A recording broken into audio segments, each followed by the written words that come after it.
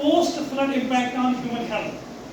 For that, water awareness and water quality plays a vital role because we are wholly and solely dependent on water. The water which we are taking, it has a direct link or directly impact on our body. The water which you are taking, whether in an institute, whether you are at home or whether at any place, because water is going to have a great impact upon our health. So for that, we are having with us our friend Mr. Rahil sir from Jal Shakti department, who is acting here as a chemist. Generally, he is known as water warrior. His wholly responsibility duties to our people, whether they are the people from Tral or from district Pulwama or Srinagar or any other district. His only work is to aware people how we can manage the quality of water, how from at source we can try to keep our water body safe from impurities or from contamination. Otherwise, it is having a great impact and negative impact on our body. Without taking much of your time, I am just handing my mic to Mr. Rahil sir for giving information regarding the same topic.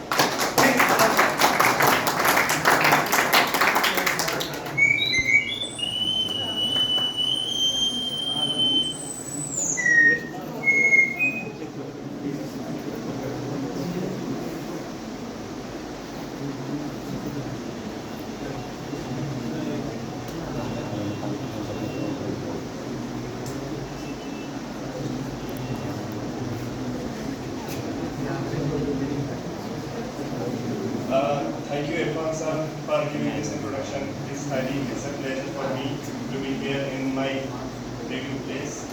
Basically, my name is Rohil and I'm from Jal Shakti department. I'm presently, working as a chemist in Jal Shakti department since last more than 12 years.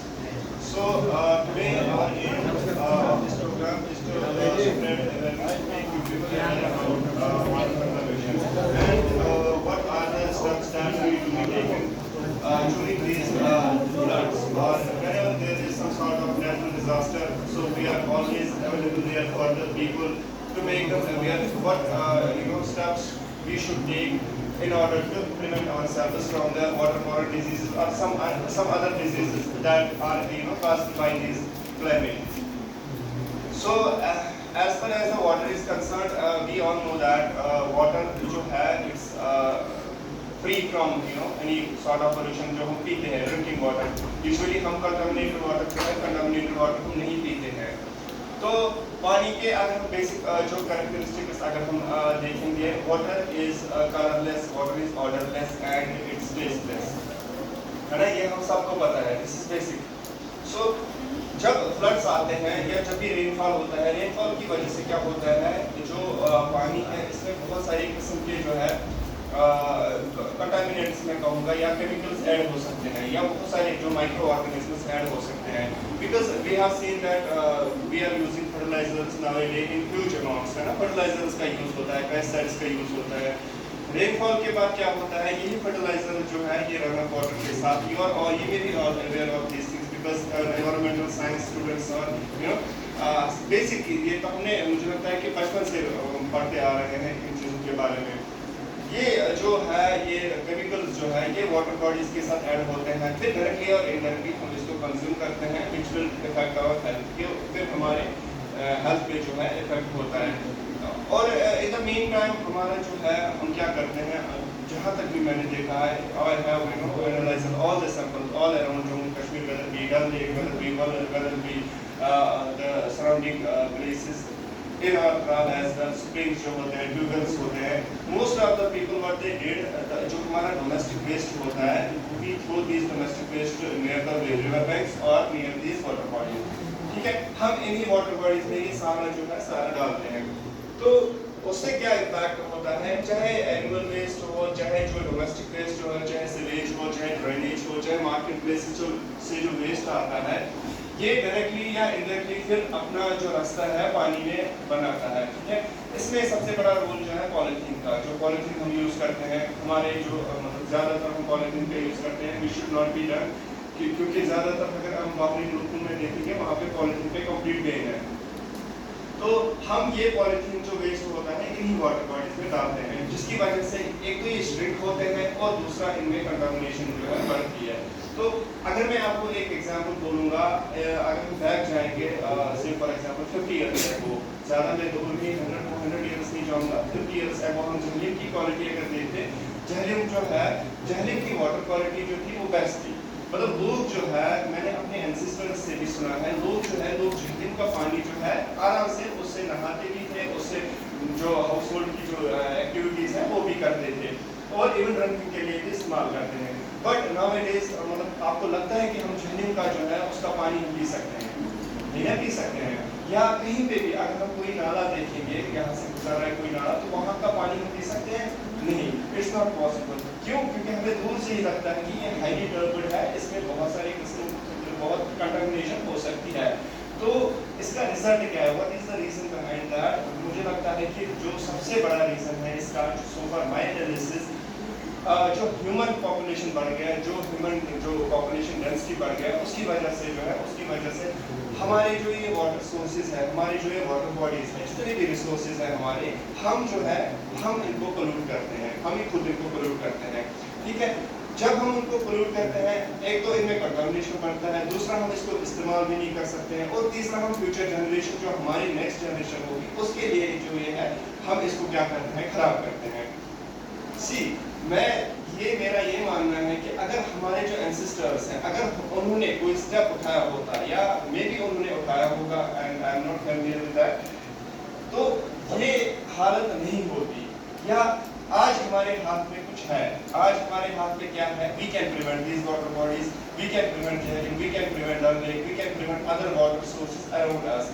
अभी अगर मैं इस area की बात करूँगा, अल्हम्दुलिल्लाह यहाँ पे जो है, यहाँ पे इतना ज़्यादा जो है इम्पैक्ट नहीं है इन वाटर बॉडीज से, इतना ज़्यादा स्ट्रेस नहीं है।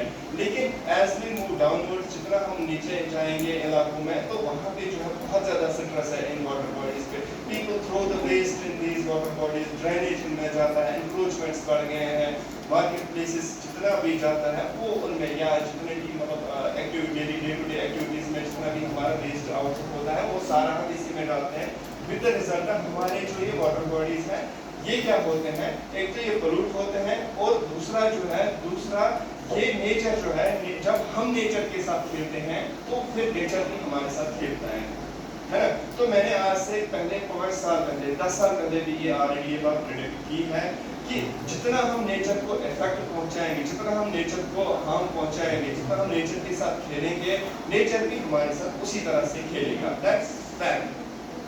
हम अगर इसकी जो है इसकी कदर नहीं करेंगे, ये रिसोर्सेज की कदर नहीं करेंगे, डेफिनेटली ये रिसोर्सेज जो है ये कहर बन के हम पे आएंगे, है ना?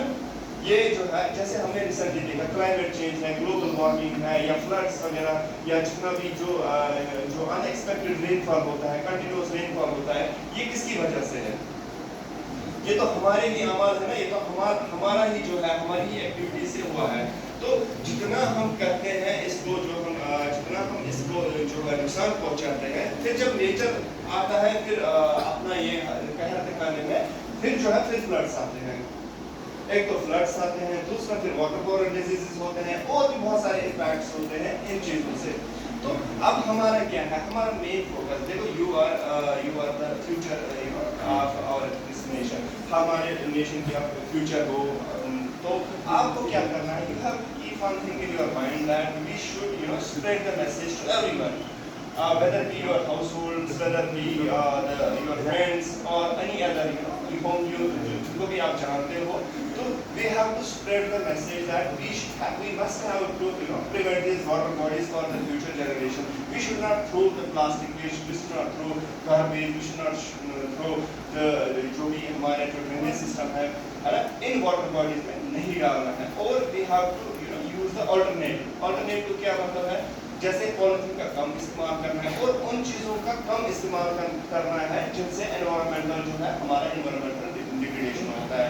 तो एफॉरेस्टेशन करनी है, वो तो आपको सब पता होगा, जितना हम प्लांट्स क्रिएट करेंगे, प्लांट करेंगे, तो उतना ज़्यादा हमारे फ्रेश ऑक्सीजन भी मिलेगा, ज़्यादा से ज़्यादा हमारा जो फ्लड कंट्रोल हो जाएगा उससे, पोल्यूशन कंट्रोल हो जाएगा उससे, एफॉरेस्टेशन से, डिफॉरेस्टेशन को कंट्रोल करना है। इसी तरह से सबसे इम्पोर्टेंट जो है वो है